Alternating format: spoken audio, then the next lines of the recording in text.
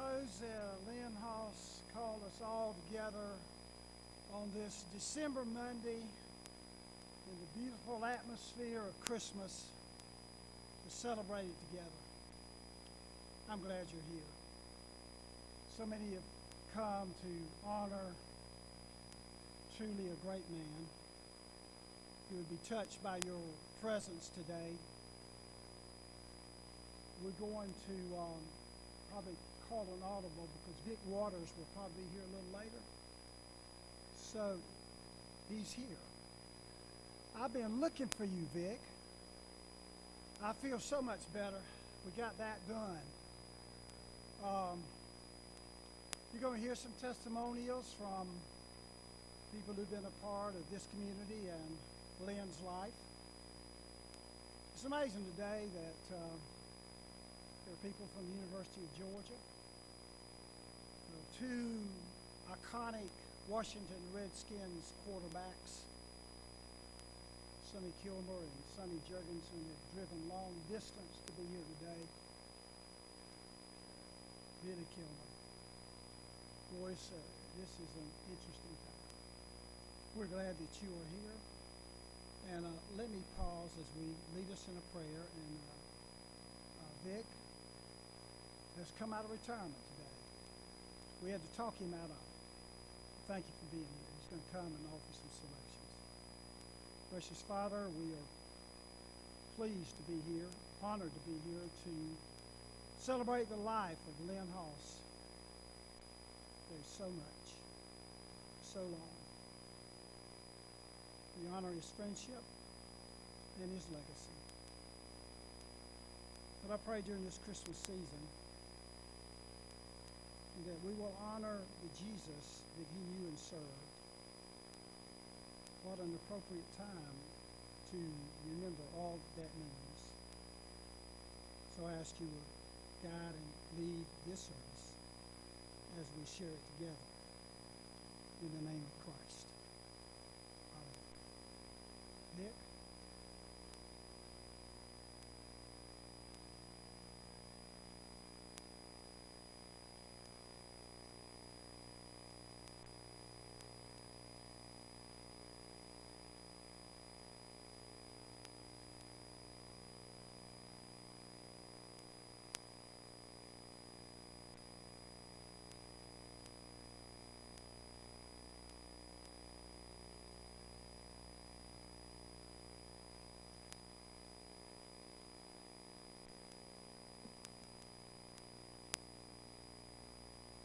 Lynn Hauss and I were both, in August of 2010, both diagnosed with cancer by the same doctor 2 days apart.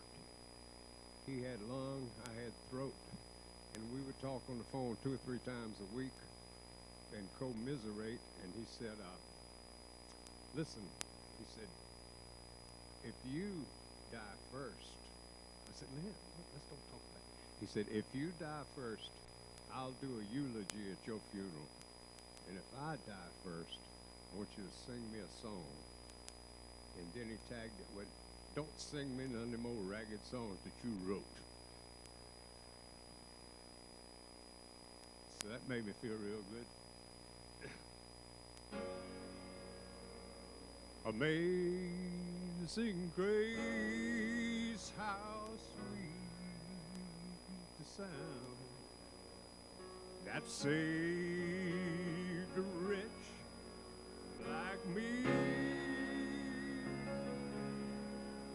I once was lost, oh, but now I'm found.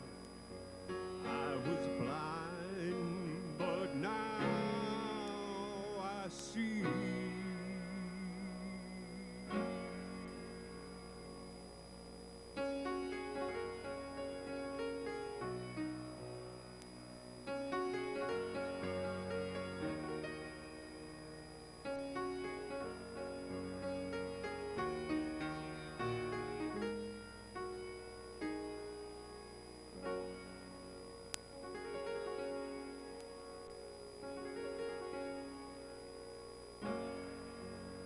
I'm leaving my family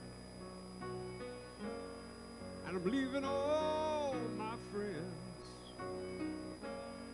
My body's at home, but my soul's in the wind. Oh, and the clouds are like headlines on a new front page sky. My tears are salt water, and the moon's full and high.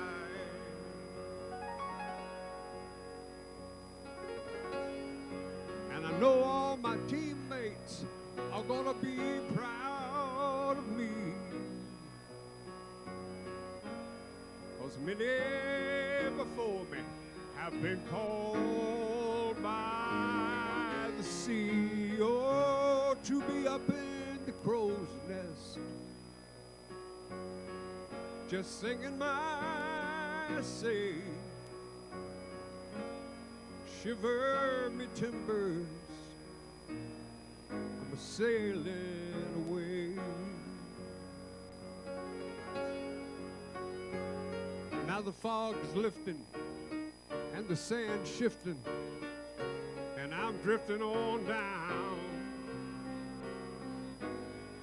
Oh, Captain Ahab, he ain't got nothing on me, so swallow me, don't follow me.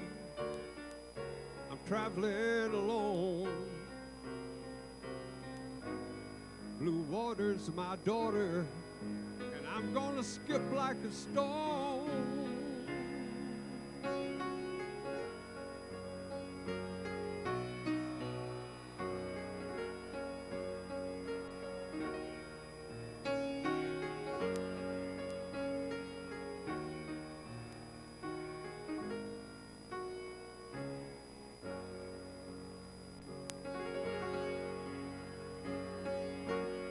So please call my missus and tell her not to cry, 'cause my goodbye is written by the moon in the sky. Oh, and nobody knows me. I can't fathom my staying. Shiver me timbers, I'm a-sailing away. Shiver me timbers, I'm a-sailing.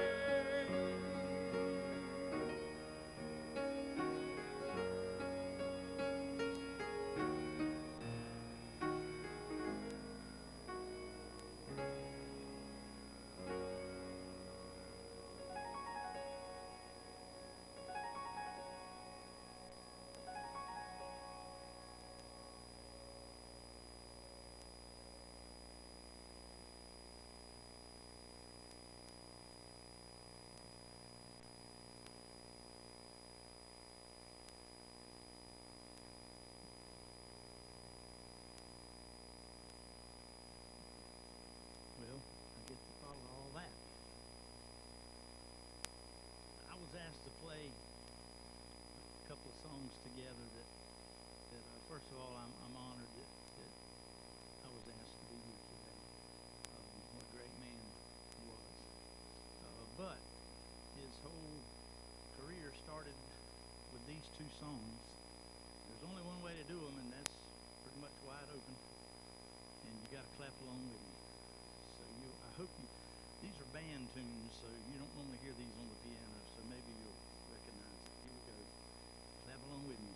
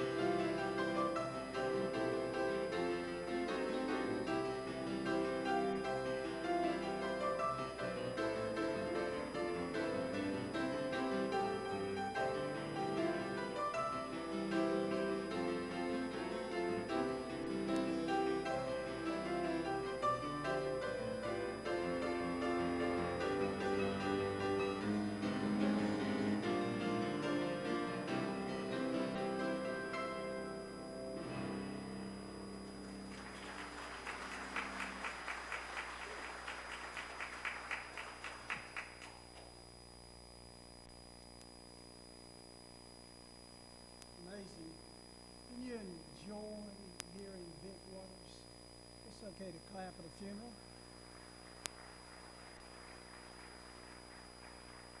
You're a special man, Vic. We're here to honor, celebrate the life of Lynn Hauss.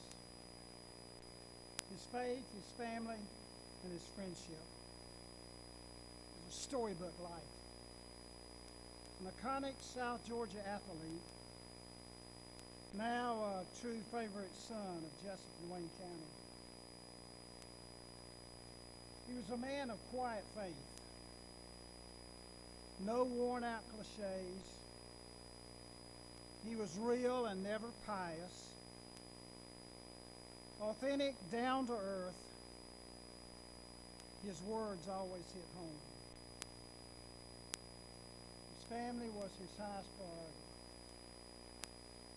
From the 8th grade forward to 59 years of marriage to Janice Johnson, they enjoyed a great love story. And today, I most of all applaud you for the love and care you provided him through these final difficult years. You did it well, and I am so grateful. Lana calls her dad my hero. The father who always gave to her unconditional love. These two granddaughters know Lynn's legacy. And they will share those stories for years to come. And Linnell, how I love you. You knew the best in a brother. He wrote you letters to tell you about what's happening in his life as an athlete.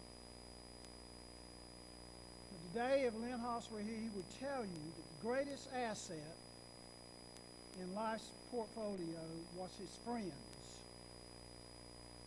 You know the line, I want to live in a house beside the road and be a friend to man. That was Lynn.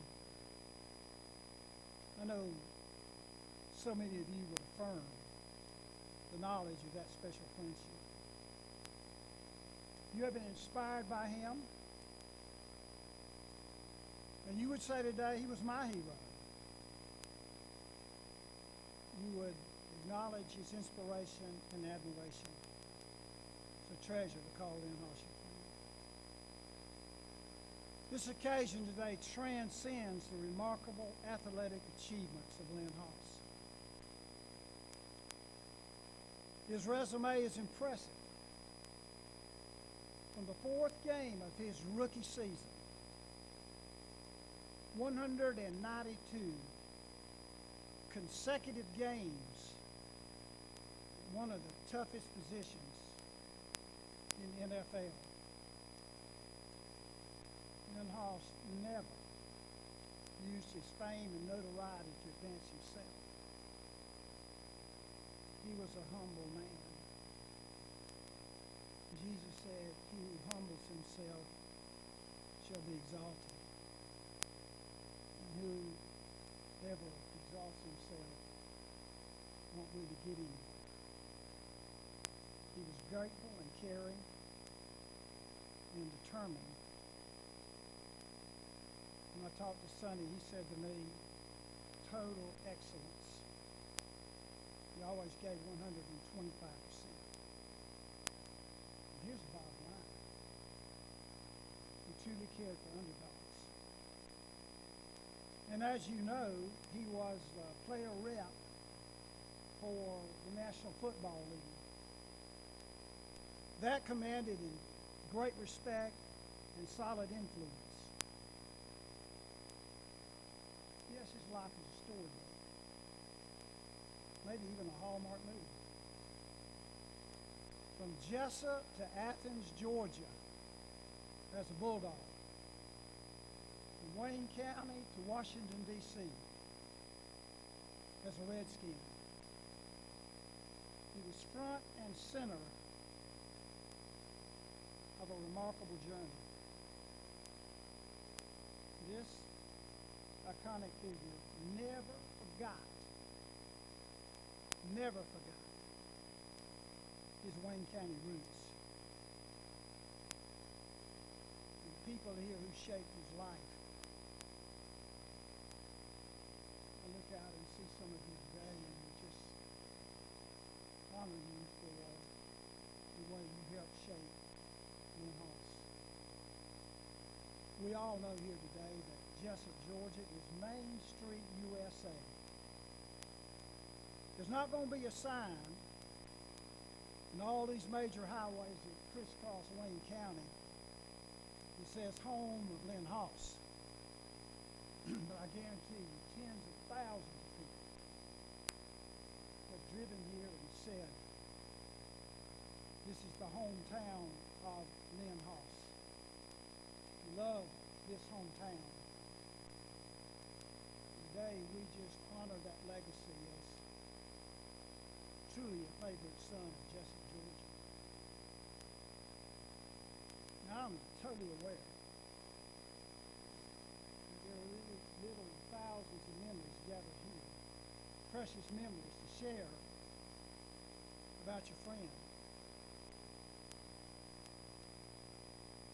Clint Matthew told me that in 1959, 1960, Wayne County state champion was the finest team in the United States of America. The one in Waycross the year after was the same old. And I believe Clint Matthew. I always believe Clint Matthew. When Linton Lewis died on St. Simon's Island off Mallory Street, I was there.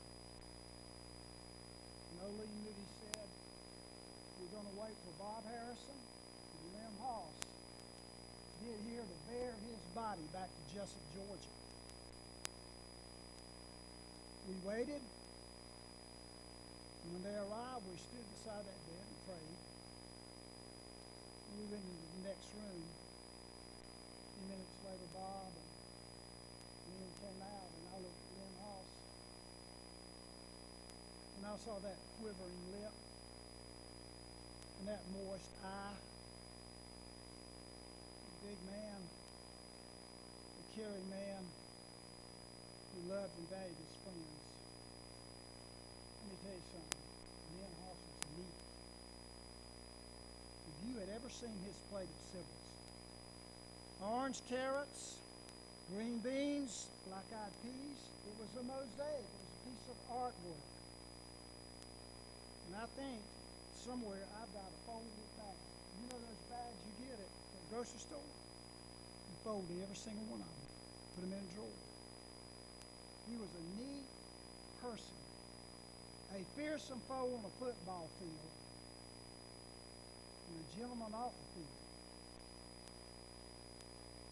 Ken Harrelson, the Hawk, who played for the Boston Red Sox and later professional golf career, and I think he's a play-by-play person now with the White Sox, said to one of my friends who is in here today, he went to Benedictine. He said, I got hit by 2 freight trains in South Georgia. Lynn Hauss and George Rose. He's a person with impact. A heck of a lot of impact. He was a great player, but he was a greater person. You all know Grantland Rice's great statement. It's not whether you win or lose or how you play the game. I know you don't buy that. But how Lynn Hauss played the game of life mattered. Now I want to say a few words about his faith. And I'll be careful with this catalyst to that story, but I've not been here long. And I gave what I thought was a great sermon illustration. I thought it was good. I walked out that door and Lynn was standing there and he said this to me. I like you. You're a good preacher. The story you told was malarkey.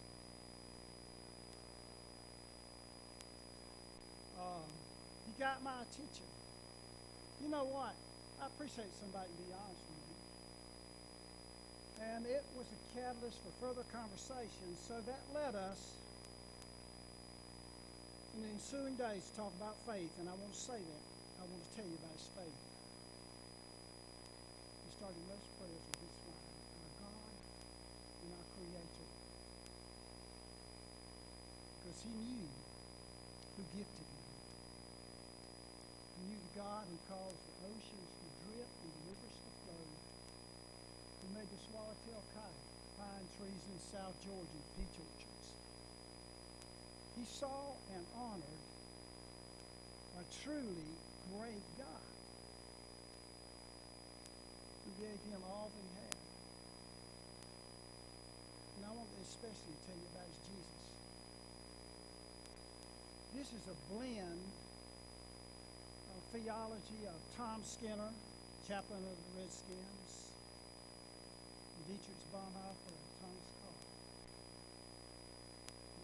But our conversations about Jesus was he was gutsy, not an independent, not just a sweet man. He knew how to pick his battles.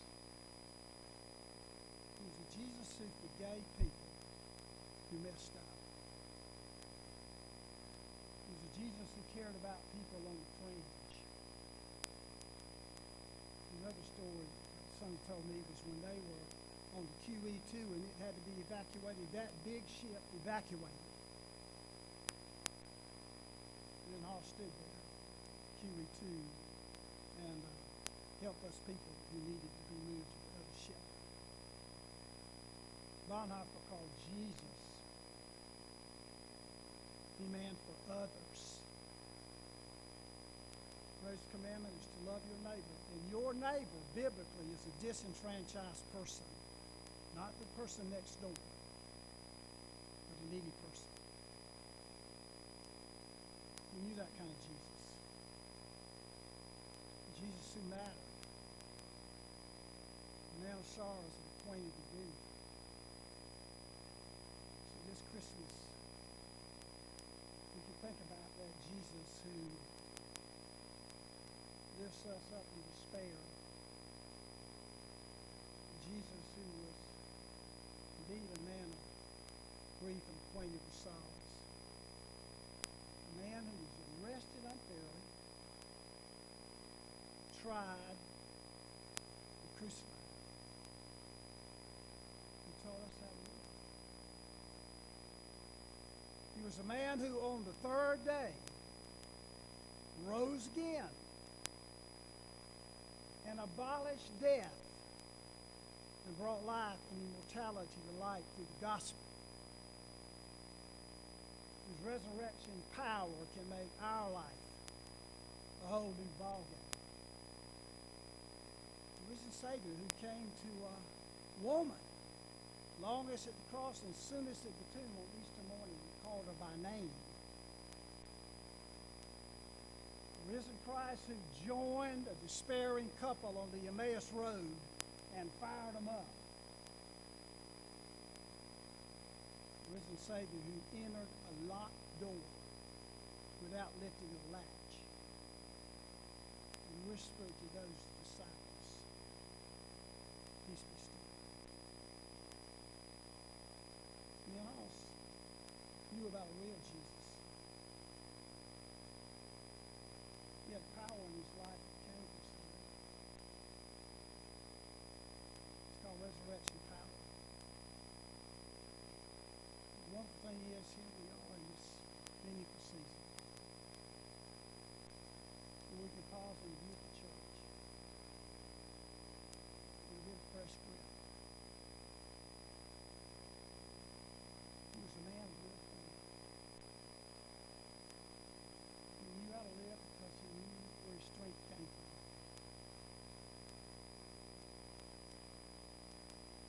And so, whenever James Ford died, men rode with me to the cemetery.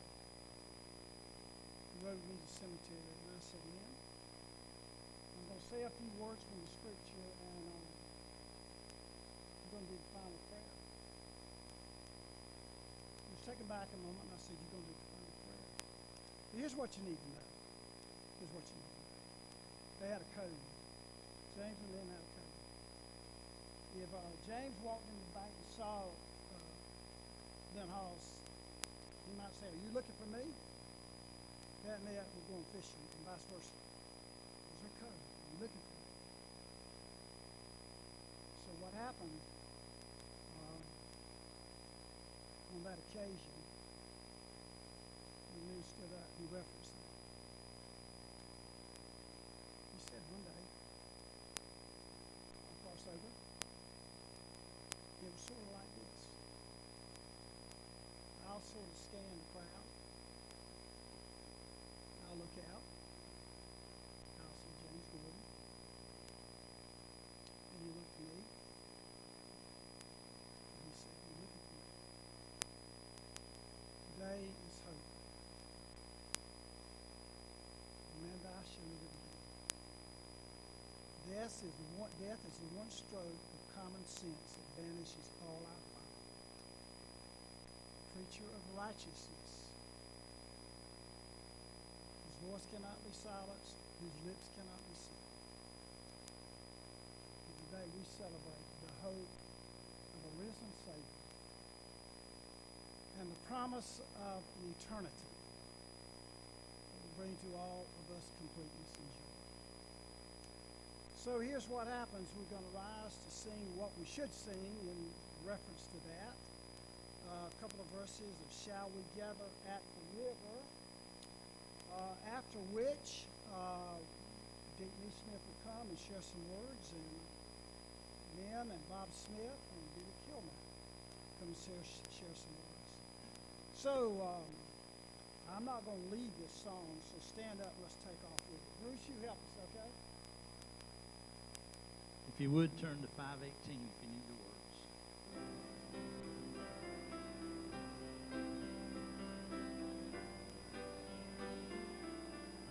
Here we go. Shall we gather at the river where bright angels' feet have trod, with its crystal tide forever flowing by the throne of God? Yes, we'll gather at the river, the beautiful river. Gather with the saints at the river that flows by the throne of God. On the margin of the river, washing up its silver spray, we will walk in worship ever, all the happy golden days. Yes, we'll gather at the river, the beautiful river. Gather with the saints at the river that flows by the throne of God. Soon we'll reach the shining river. Soon our pilgrimage will cease. Soon our happy hearts will quiver with the melody of peace. Yes, we'll gather at the river, the beautiful river. Gather with the saints at the river that flows by the throne of God.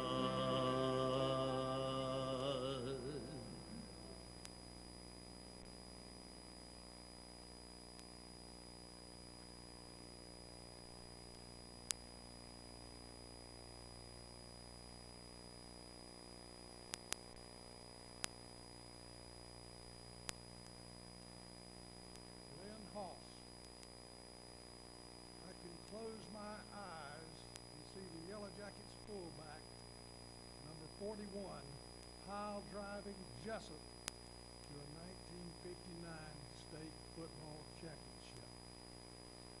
I can imagine hearing the shoulder pads pop as he blocked for the Georgia Bulldogs.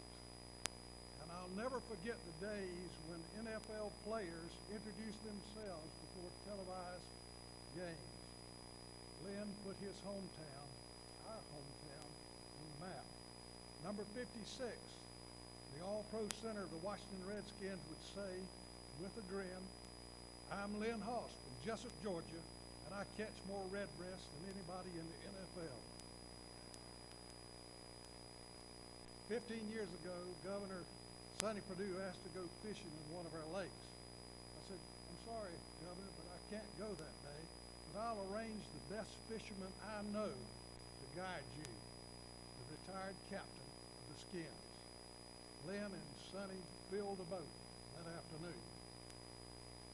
Lynn filled thousands of lives with inspiration, too. I am one of the many that Lynn inspired. Lynn and I met right here at Jesup First Baptist Church. On a Sunday morning in May 1957, the Reverend Floyd Jenkins baptized us both. As I stood on the baptismal steps, I watched Brother Jenkins lift Lynn Hauss from the water. Then my turn was next. And during those years, my mother was First Baptist Church's youth department director, and two of her favorite teenagers were Lynn Hauss and his sweetheart, Janice Johnson. For as long as my mother lived, she would reminisce about those days and smile at Janice. Mother and Lynn's sister, Linnell, team taught a Sunday school class in this church for years. The Hauss, the Johnson, and the Lee Smith families have loved each other for more than 70 years. Thank you, Janice, for giving me this honor to remember Lynn. There's so many memories, such as the time that Lynn came to Athens for Charlie Trippy Day. The event was organized by Lauren Smith, who traveled here today with me. Charlie was arguably the most gifted athlete to ever play for the Georgia Bulldogs. On December 14th, Charlie blew out every one of his 100 birthday candles.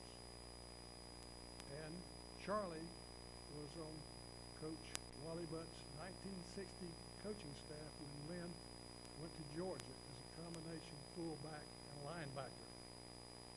During Charlie's special day, I walked with Lynn over to talk to Charlie, and I listened to them banter back and forth. Charlie teased Lynn and said, "Lenny, you had a great career in the NFL. And that nice check you're drawing as a pension, well, I think you ought to share some of it with me." And Lynn stepped back and said, "Why would you say that, Coach?" He said, "Well, Lenny, I was the one who convinced Coach Butts to switch you to center. You wouldn't have made it in the pros as a fullback, but you were a great all-pro center." I can still hear Charlie and Lenny laughing. Lynn Hauss and I shared two beloved mentors, Jimmy Sullivan and Dr. Lanier Harrell. For as long as Jimmy Sullivan lived, Lynn and I knew that Mr. Sullivan would be always cheering for us. And then there's Dr. Lanier Harrell, a loyal listener and irreplaceable source of wisdom. If Wayne County were to compile a list of legends, I'm sure Mr. Sullivan and Doc would agree. Let's put Lynn on the top of that list. And Janice, I know Lynn would agree with me today. Jimmy Sullivan and Doc would have to be on that list of legends as well. I never told Lynn this, but he was my boyhood hero. Lynn and that championship team of 1959 are why, as a skinny 122-pound freshman, I just had to be a Yellow Jacket. I wanted to play on the same field where Lynn Hauss earned All-America honors. There was no future for me in football, but I carried the value of teamwork into the future. Football is where a skinny teenager gains self-confidence. Football is where I got knocked down then found the mental and physical courage to get back up. That experience is where I learned the importance of having a backbone and the guts to stand up against all odds. Whatever success I've had or will have, I can thank Lynn for helping inspire me to strap on a football helmet. In my generation, I know that I'm not alone in saying that. People die twice. First, the heart stops. We all know that Ben Hauss's heart stopped on December 15th.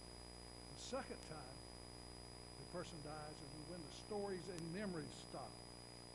Lynn Hauss, in his 79 years, left enough memories that his legend will never stop.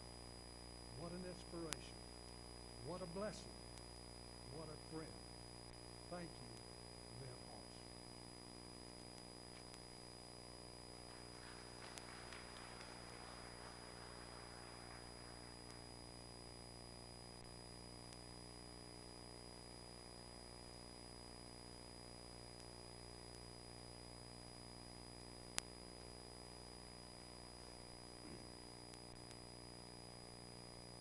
Good afternoon. First, I want to thank the entire Hauss family for asking me to say a few words today about someone that has meant so much to me and to so many people in this church today, and for meant a lot to some people who couldn't be here today. Bear with me, my voice is already about shot. So it's kind of a funny road that led me to be here. I was actually asked by Hauss to do something today. When my father passed away, as Brother Felix mentioned, I wish I could tell y'all the rest of that story after he picked Daddy up after he passed. Let's just say that was the longest trip from St. Simon's to Jesup. I sat at the funeral home waiting on him. When they got there, I said, "What took y'all so long?" Well, they made a few pit stops from St. Simon's to Jesup because they fulfilled a promise like I'm doing today. When my father passed away about 10 years ago, Hauss and I were talking after I had spoke at my dad's funeral. During that conversation, I said something that normally would come up in any basic conversation. And that day he said, "You know what?" After he said what he said, "I'd like for you to stand up and say that same thing for me." You see, Hauss was not afraid of death. He never was. It's probably what made him the man he was. He knew where he was going. It was his faith. He knew where he was going. I'll tell you what he wanted me to say shortly. But first, Leonard Hauss was known by many names and titles over his 79 years. To most of the world, it was Lynn. We will talk about some of the other names and titles for a bit. You see, out of all the grand names such as famous and all-pro, and he's a great Redskin, a football player, he just kind of passed those over. It wasn't nothing to him, really.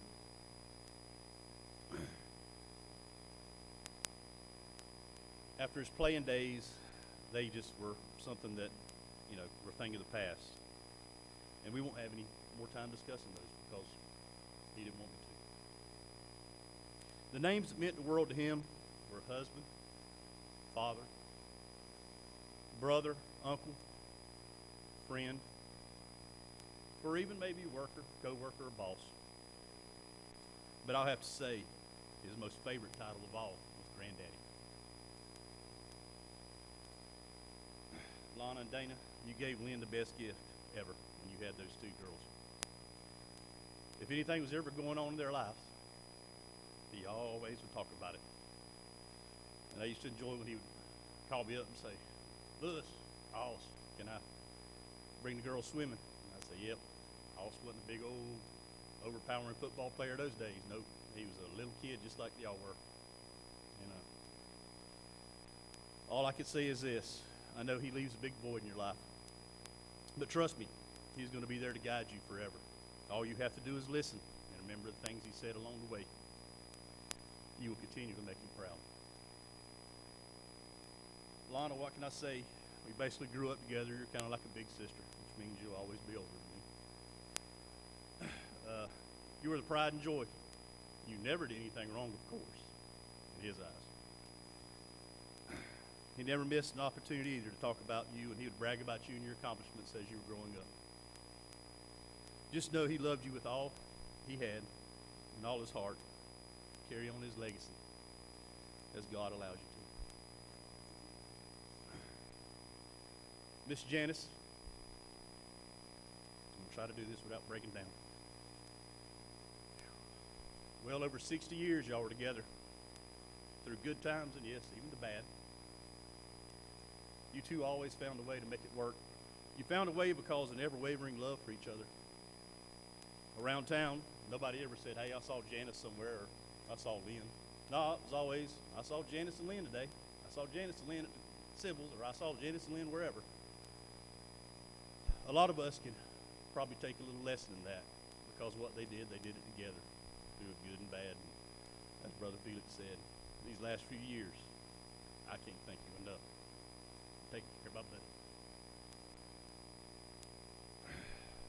I looked up to y'all, how y'all did y'all's relationship, even though I have definitely made some bad choices. So I know I've disappointed you. But maybe I've learned my lesson, maybe. Miss Janice, Lynn Hauss loved you until his last day. And this Lynn will continue to love you until mine. I say this, Lynn, because the strange thing is, as a 4 or 5-year-old, I couldn't really understand how I was Linton Lewis Jr., but everybody called me Lynn. And why it was spelled L-E-N and not L-I-N. Found out later that wasn't the purpose. My dad and Lynn Hauss were best of friends and co-workers, and their boss at the time had bought me a sterling silver baby mug and engraved. Daddy had told Mr. Kerry Brandon that I was going to be nicknamed Lynn, and he went out and got me a baby mug or a little sterling silver cup that said Lynn, L-E-N, and my daddy didn't have the heart to tell him any different, so I've been L-E-N ever since. So Lynn it was, and I've wrote that name with pride ever since that day, because wow, what a name to share with somebody.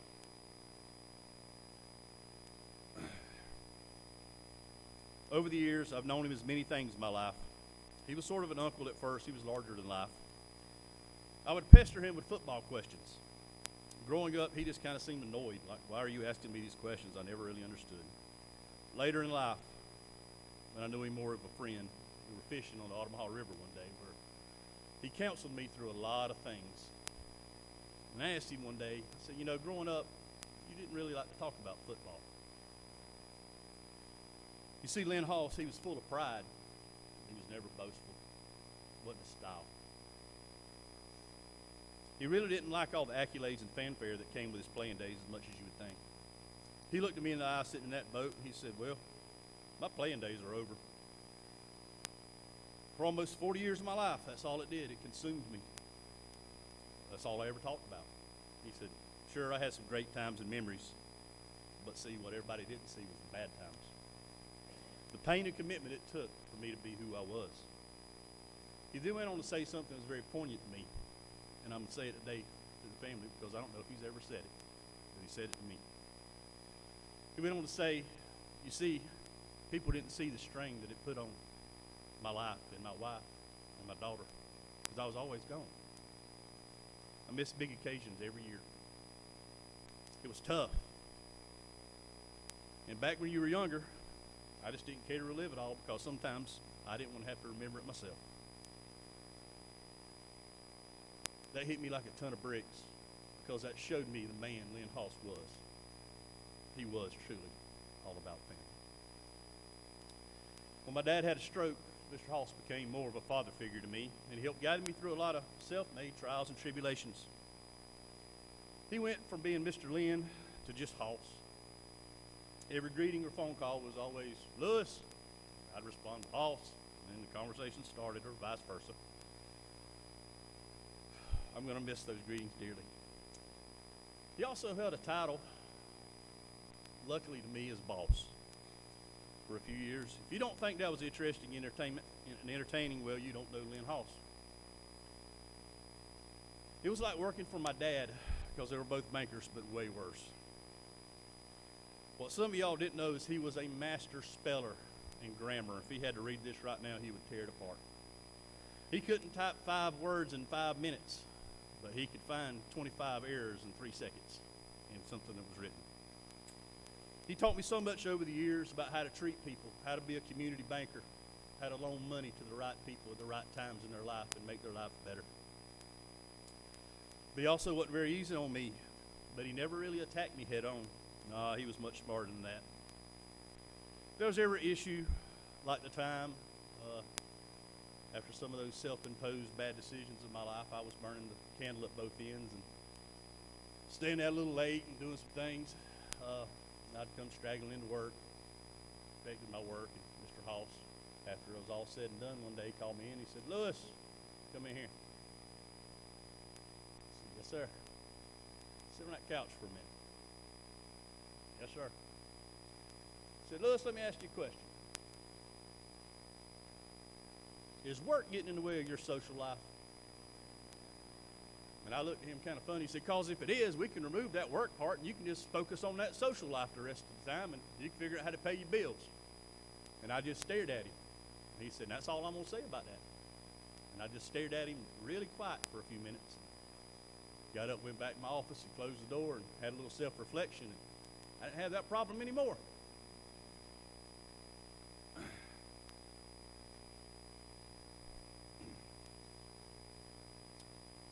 Which leads me to the end of this and what he asked me to say. You see, there's a group of men, some are sitting in this room, started gathering back in the 70s at Lynn Hauss and Mr. Dennis and Joe and the houseboat down on the Autumn Hall River, on the old river. They'd leave work back then. Wednesdays about noon, the town rolled up. People, they'd go fishing or do whatever. And they'd meet on Wednesday nights down there at that houseboat. They'd cook, tell a few lies, and fellowship. They'd call it Wednesday night prayer meeting. But actually, there's a whole lot of fellowship that goes on there, and I mean that. Later, once the crowd grew, it was moved to the Pond House, where it still is today, with the likes of Hauss and James Gordon, my dad, Linton Lewis, Nubbin Keith, Jerry Keith, Bill Stipe, Wendell Beecher, Bob Smith, and many, many more. If I stood up here, name would be here longer. Became a mainstay of Wednesday nights. A group of men taught me what true friendship and brotherhood was. In college, I joined a fraternity. A Bible verse that we stood behind was Psalm 133:1, which reads, "Behold, how good and pleasant it is for brothers to dwell together in unity." His nephew, Andy Johnson, and myself, we know that quite well. It exemplified this group of men to a T. It is very fitting that he passed on a Wednesday, actually. Because I bet on Wednesday morning when Hauss finally went on to meet the others in the group that went on before him, he probably heard things like, "Hey, Bubba, what took you so long? We've been up here fishing. We were going to wait on you, but we decided not to and really didn't care." Because they were just brutal to each other. And as Brother Felix already said, James Gordon looked at him and said, "You looking for me?" That was their sign that somebody needed to get off work and go fishing, one or the other. This group was comedy genius. If 90% of the things I could say up here I could, it would be the best TV show ever. Of course, they would deny any of it happened. Still to this day, the show goes on, just a little different. I snuck in that group about 30, and I'm almost old enough to get going. I said almost, Bob. Still not that old yet. There's never a question if we gather on Wednesday through rain, sleet, or snow, or even the passing of one of our own. But we're always there, with a few folks still carrying on that tradition. And you get some of Hauss's wisdom. If you're an elk or a Rotarian, you might have already got some of that wisdom too, especially if you walk in with a hat on, or especially if you sit down to eat. He'll tell you real quick, take your hat off. He'll call you out quick if you're doing something wrong, because he was a man of many words, but he said what he meant. Give you another piece of advice: don't ever interrupt him while he's talking. That really gets under his skin, and he will tell you pretty quick. Hauss was a man of few words. He just told you how it was. Out there he had a few names like Hauss, Horsey, Legend, later on Rookie. He was a pillar of that group, and he'll be greatly missed. Late in life, as his mind was leaving him, people would say, "Wow, I know your mind's not going right." And he'd look at me sometimes and whisper, he says, "Nah, maybe I just don't want to have to remember some stupid stuff anymore." He could recall exact plays in high school that he did, or stories that I'm not allowed to repeat because all the Bubba's fishing stories were Can't say them, but he knew vivid details of them. And as everyone knows, he could memorize anything. And I mean absolutely anything. No, I'm not going to reread the famous creed on a can because we're in the Lord's house. But he could say it without missing a beat. That day, as we were talking, he asked me to say this to y'all. Hauss loved music, especially old country music like Johnny Cash. You see, if you ever asked Hauss if he ever played football in Dallas or maybe California, he'd say, yeah, sure have. You see, because I've been to Reno, Chicago, Fargo, Minnesota, Buffalo, Toronto, Winslow, Sarasota, Wichita, Tulsa, Oklahoma. Whew, I can't do any more. That's the best I could do. But he wants y'all to know, today, he now has been everywhere, man. When those gates opened, he had seen it all. He has been everywhere. May God bless his family and friends on this difficult time in the days ahead. And I'm sure he would say what he said to me and many of y'all many times. Hey, see you when I see you, I guess. Thank y'all.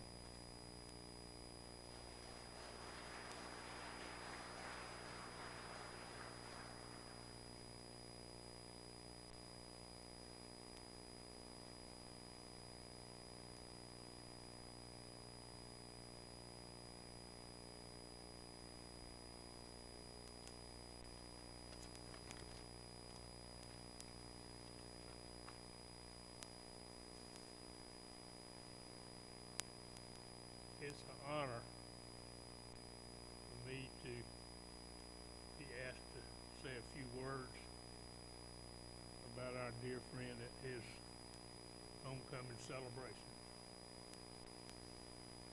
And I'm going to do this by telling you what I perceive to be the real Hauss through two stories. 7 years ago, a fellow by the name of Thomas Gardner, who has Down syndrome, visited with Peggy and I at Shellman Bluff, he and his older brother. He lived just outside Washington, D.C.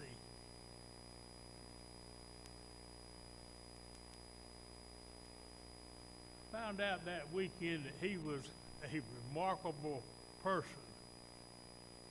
He couldn't tell you where Jesup, Georgia was, or I tried to explain to him where it was, and he still couldn't understand that. But he could do this, and I heard it all weekend. He could tell you every person, Billy, Sonny, he could tell you every person that ever played for the Washington Redskins. He could tell you what position they played. He could tell you what their hometown was, what college they played for, what number jersey they had, and anything else you wanted to know about them.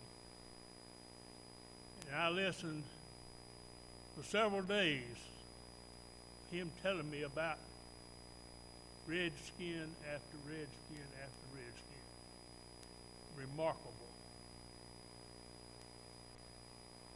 So I beamed and I said, Thomas, I know Lynn Hauss.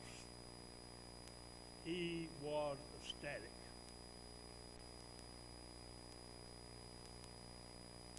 Got back to town on Monday and I called Lynn. Lynn, I want you to do me a favor. I got this fella. At that time, he was 36 years old. 7 years ago, he's 43 now, almost 44. So I want you to do me a favor. I get this fellow on the phone, I want you to talk to him for me. And I told him about him knowing about all his Washington teammates and of course knowing about Lynn. And so Lynn came to the pond house early that evening, and we went up to the big house, Peggy's house, and I got Thomas on the phone in the den. Just as I said hello to Thomas, I said, I got somebody that wants to talk to you. I left the room. 22 minutes later, Lynn hung the phone up. He and Thomas had been talking. I don't know what they said to this day. I know this. To this very day, Thomas will tell his family, his friends, anybody that will listen to him, he talked with Lynn Hauss, the greatest Washington Redskins center of all times.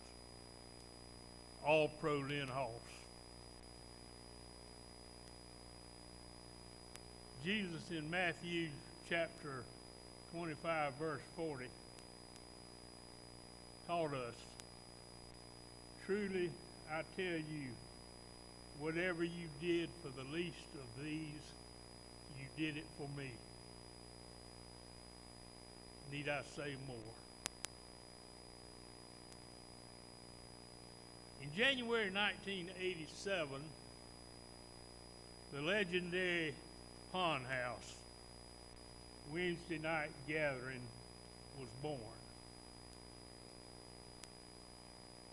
There were originally 16, we called them players, 16 players that gathered.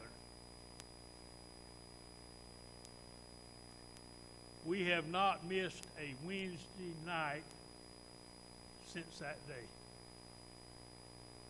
They told us we couldn't meet during COVID, but we had the sheriff and the mayor as part of the crew, and they're the ones that issued the edict, so it didn't matter.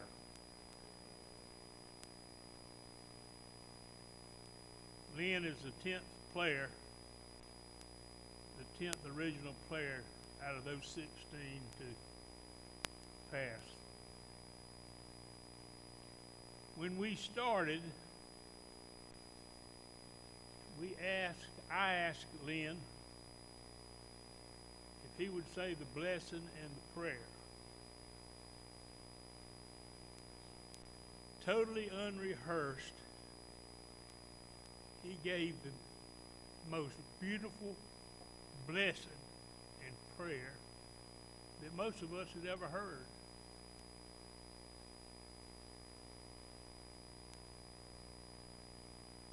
So naturally, Lynn said the prayer thereafter until COVID came and he was not able to go. He gave the prayer and the blessing every Wednesday night for over 33 years. People didn't know that about Lynn. Always different. Always apropos to that particular evening or that particular week. And always beautiful.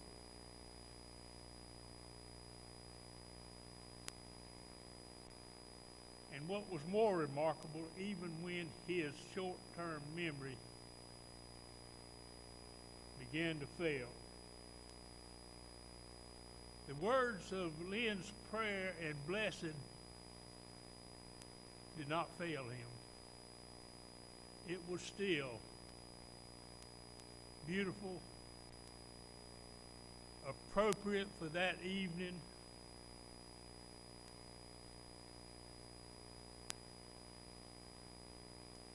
and always different,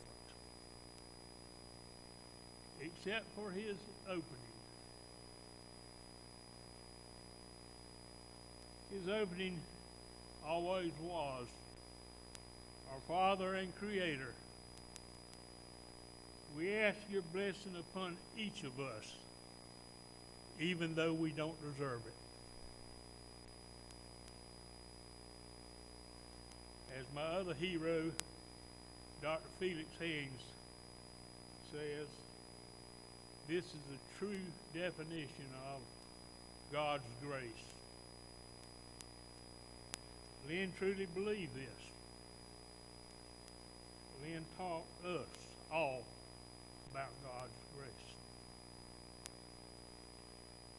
To our friend, hero, mentor, and Christian brother,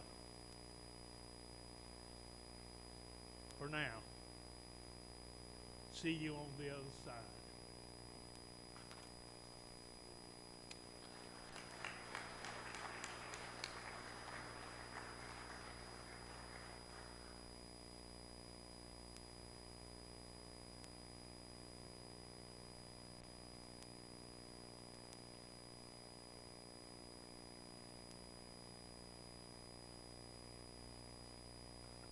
I don't know why I'm the last guy to speak, but, you know, I was in the NFL 10 years before I got to the Redskins. Never had a winning season. And I remember when we first had our first workout in training camp. And of course, you know, as a quarterback, you get to know your centers pretty good. and you know, because the center starts your offense and the quarterback, you know, has to hand it off or throw it. So the center is very important. And when I first met Lynn, I wasn't sure, you know, I was actually a second team quarterback coming in and, you know, of course, playing behind Sonny Jurgensen, and you know, Lenny didn't treat me as a second team or anything. If I was in there, he blocked just as hard for me as he would for Sonny or anybody, or the third team quarterback. That's the kind of guy that Lenny was on the football field. He was our captain. He was our rock. He was the most stable guy on our team. And through that first year in '71, a few games, a lot of you came up, Dr. Harrell, Mama Hauss, Lenny's mother, a lot of you guys first came up, and I got to know you after the games. We had, you know, had a few drinks after the game, and I got to know some of the people, you know, that first season.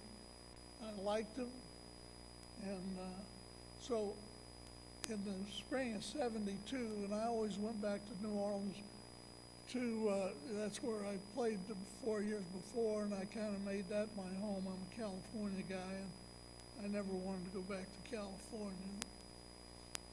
There's too many liberals out there.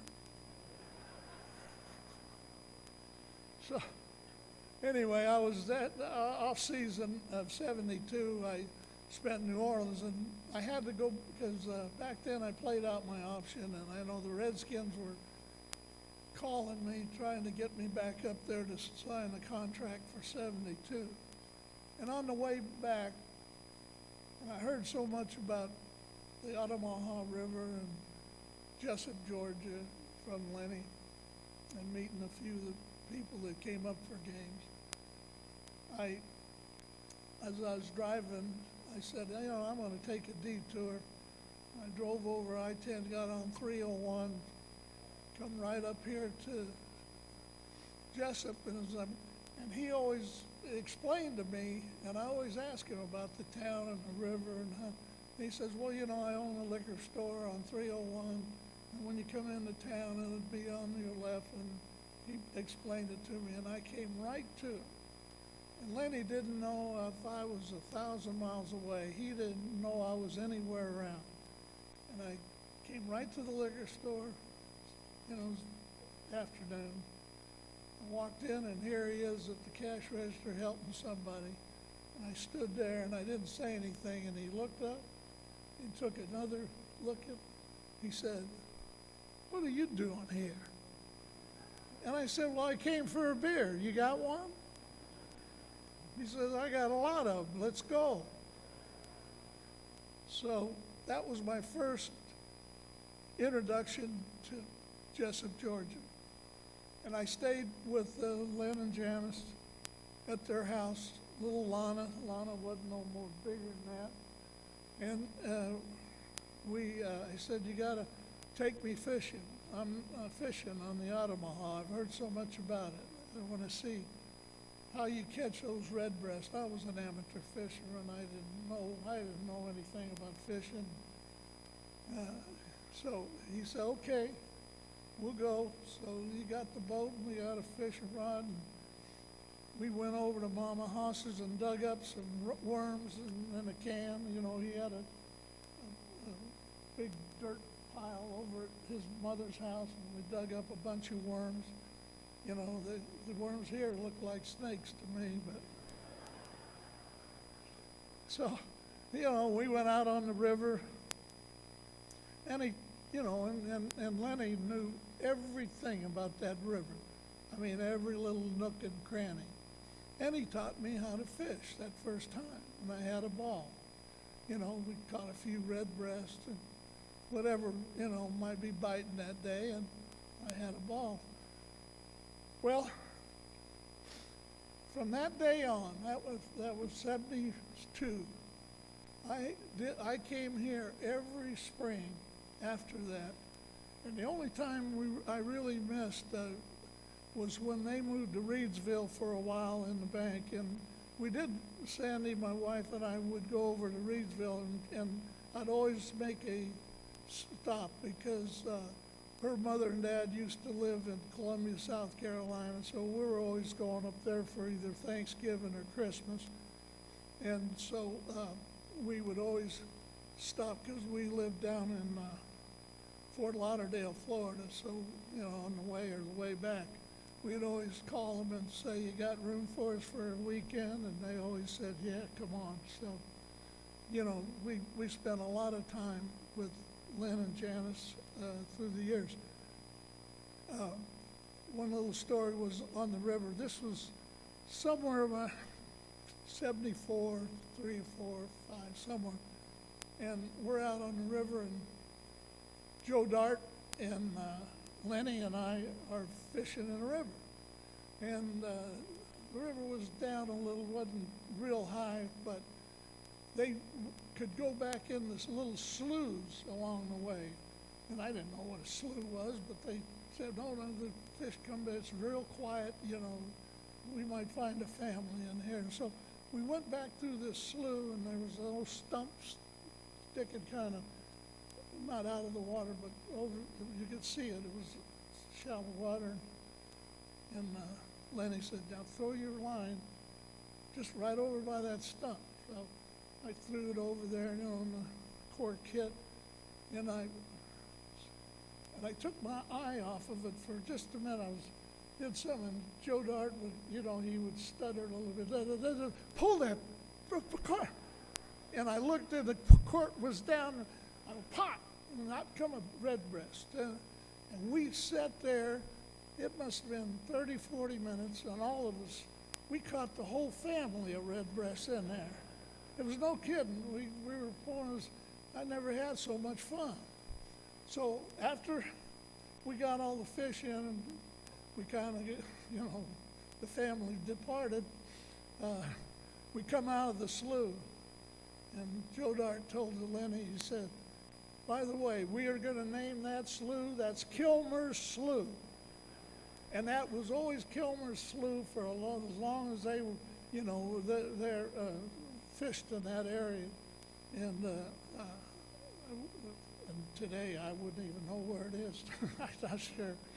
But we had so much fun. Yep. I got into the community. Sandy's mother, my wife's mother, her daddy died from Columbia, and they're all from Statesboro, Georgia. So Miss Scott moved to Statesboro, and I don't know, 205, 6, somewhere in there.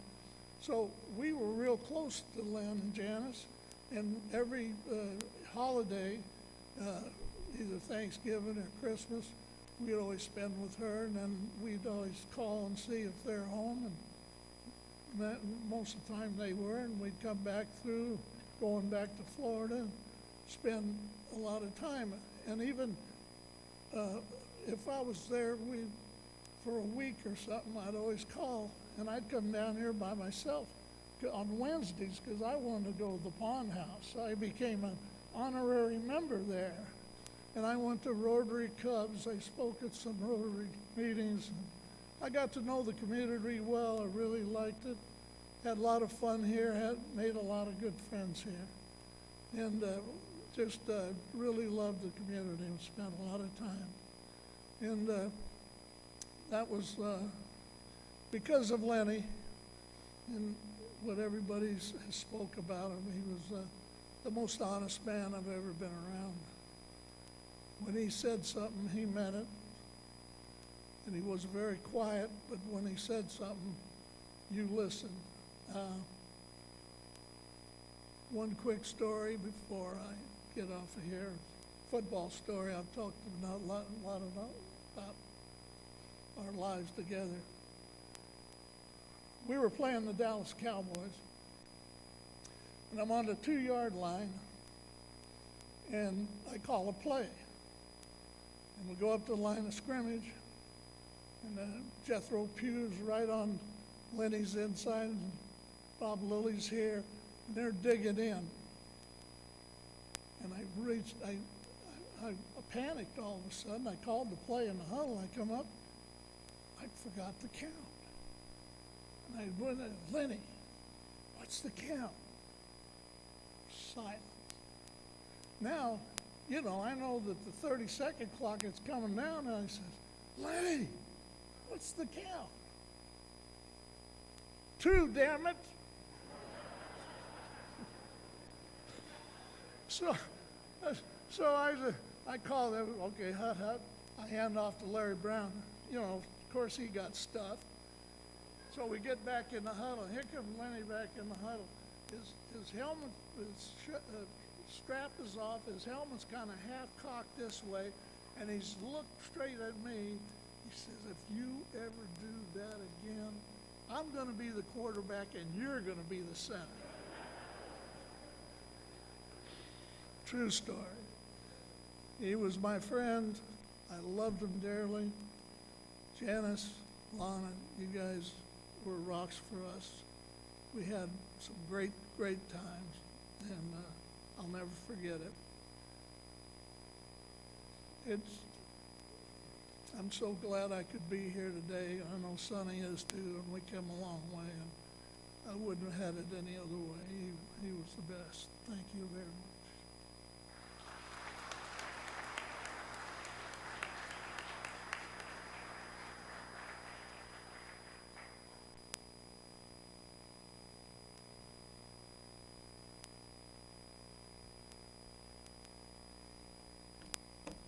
So apparently it is a true rumor that Lana asked me to speak so that I would be last and not Billy. And I apologize because this is probably going to take longer, and I know everybody's probably ready to go. But this is personal to me. It's personal to my mother. It's personal to my sister. And we're going to say goodbye to our Uncle Lynn. For those of you who don't know me, my name is Stuart Haskins. My mother is Hazel Patton. My sister is Tony Gibson. And I'd like to thank Lana for giving us this opportunity to celebrate the life of our Uncle Lynn. Now, my mother met Janice and Lynn 60 years ago in Athens, Georgia, and they've been best friends ever since. Their children, me, Lana, and Tony, all grew up together. In fact, I would say we were raised by Janice and Lynn as much as we were raised by our own parents, and we were blessed because of it.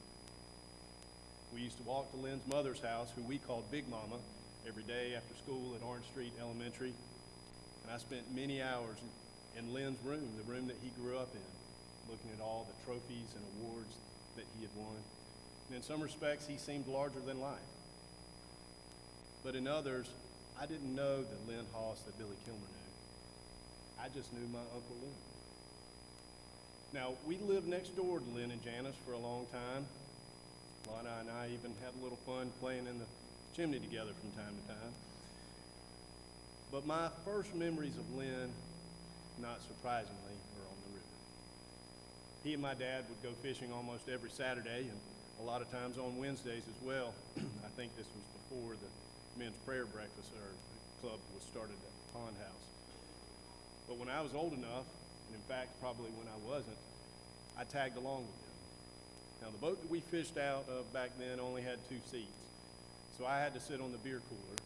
And if you knew Lynn Hauss and you knew my dad, I didn't do a lot of sitting on that cooler.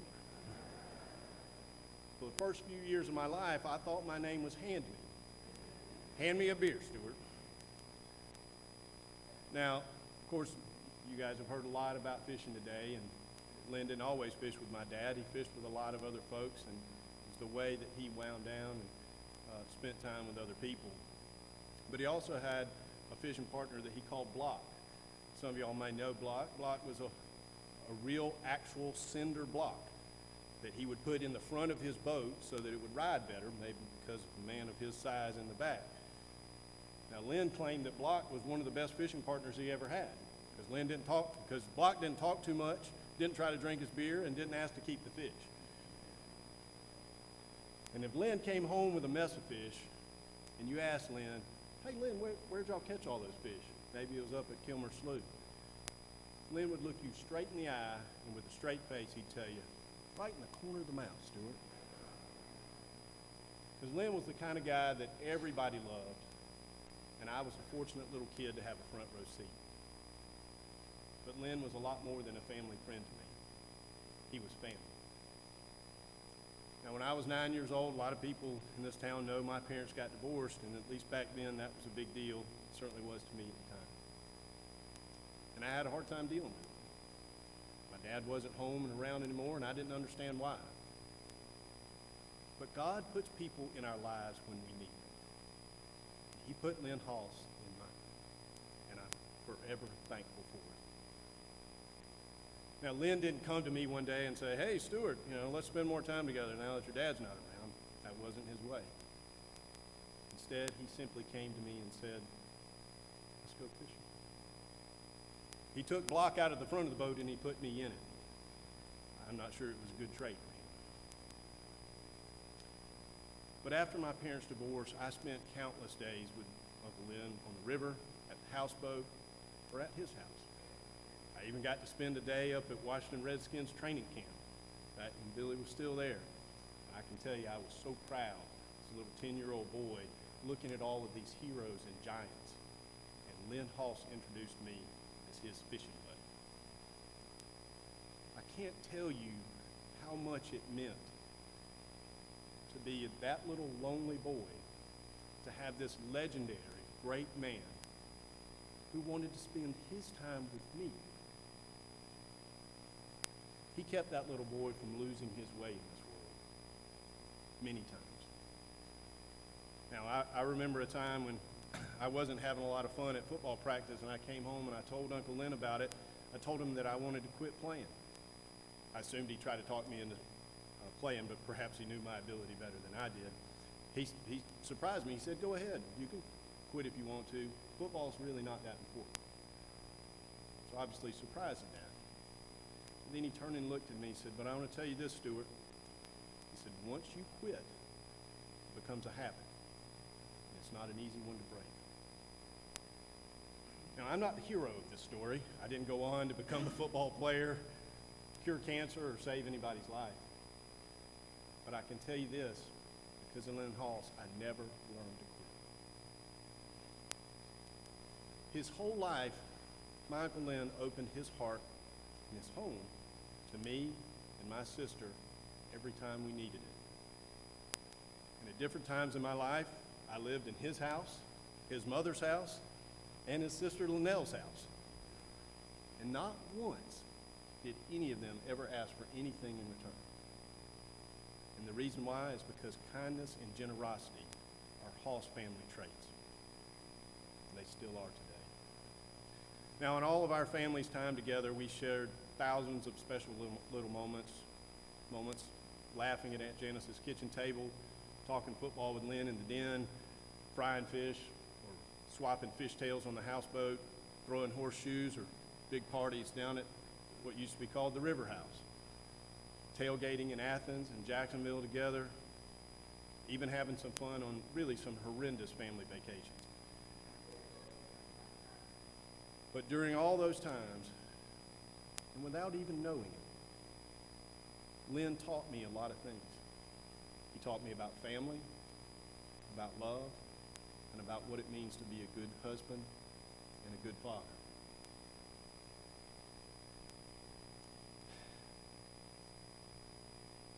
I honestly don't know how I can describe to you now, a lifetime later, the impact that Uncle Lynn had in those days on my life. And the truth is, I can't. Who knows what determines the shape of a man's life? All I can tell you is that my Uncle Lynn was there for me when I needed him most. And then I'll always love him for it.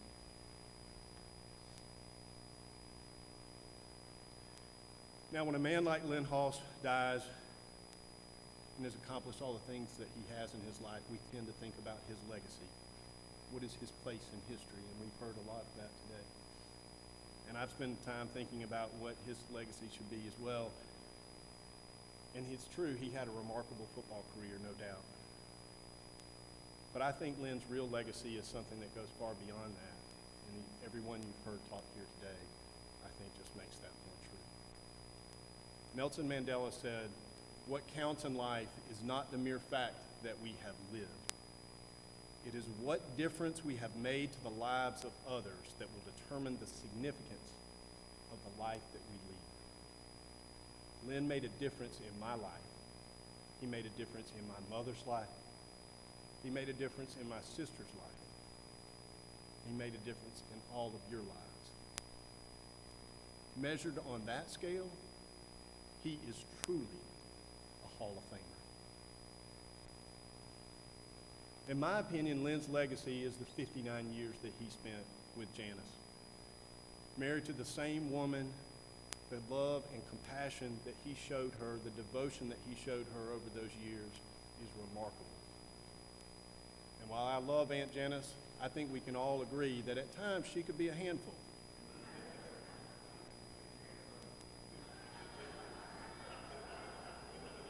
But Lynn's patience, his commitment, his dedication, and his love for her were unshakable.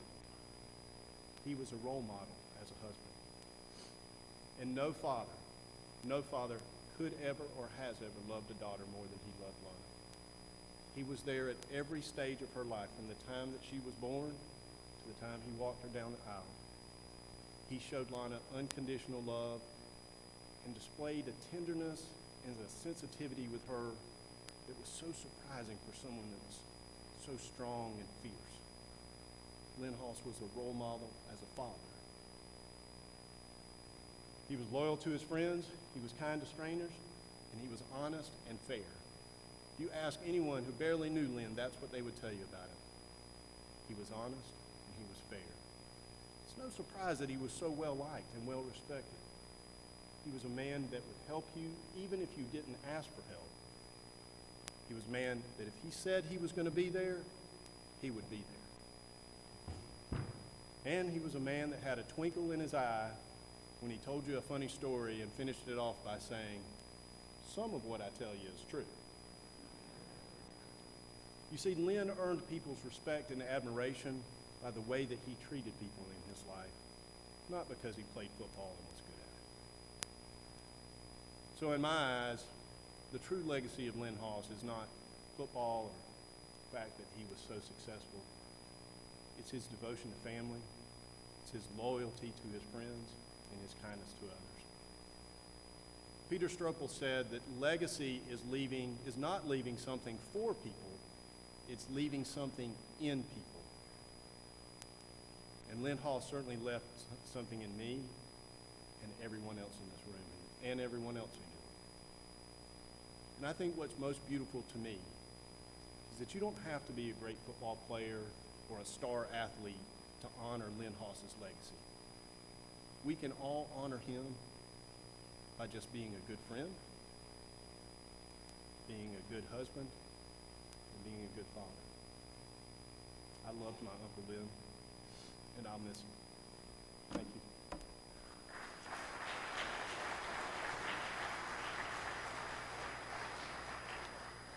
You are invited to join us in the fellowship hall down the way for a time of coffee and cake. This has been a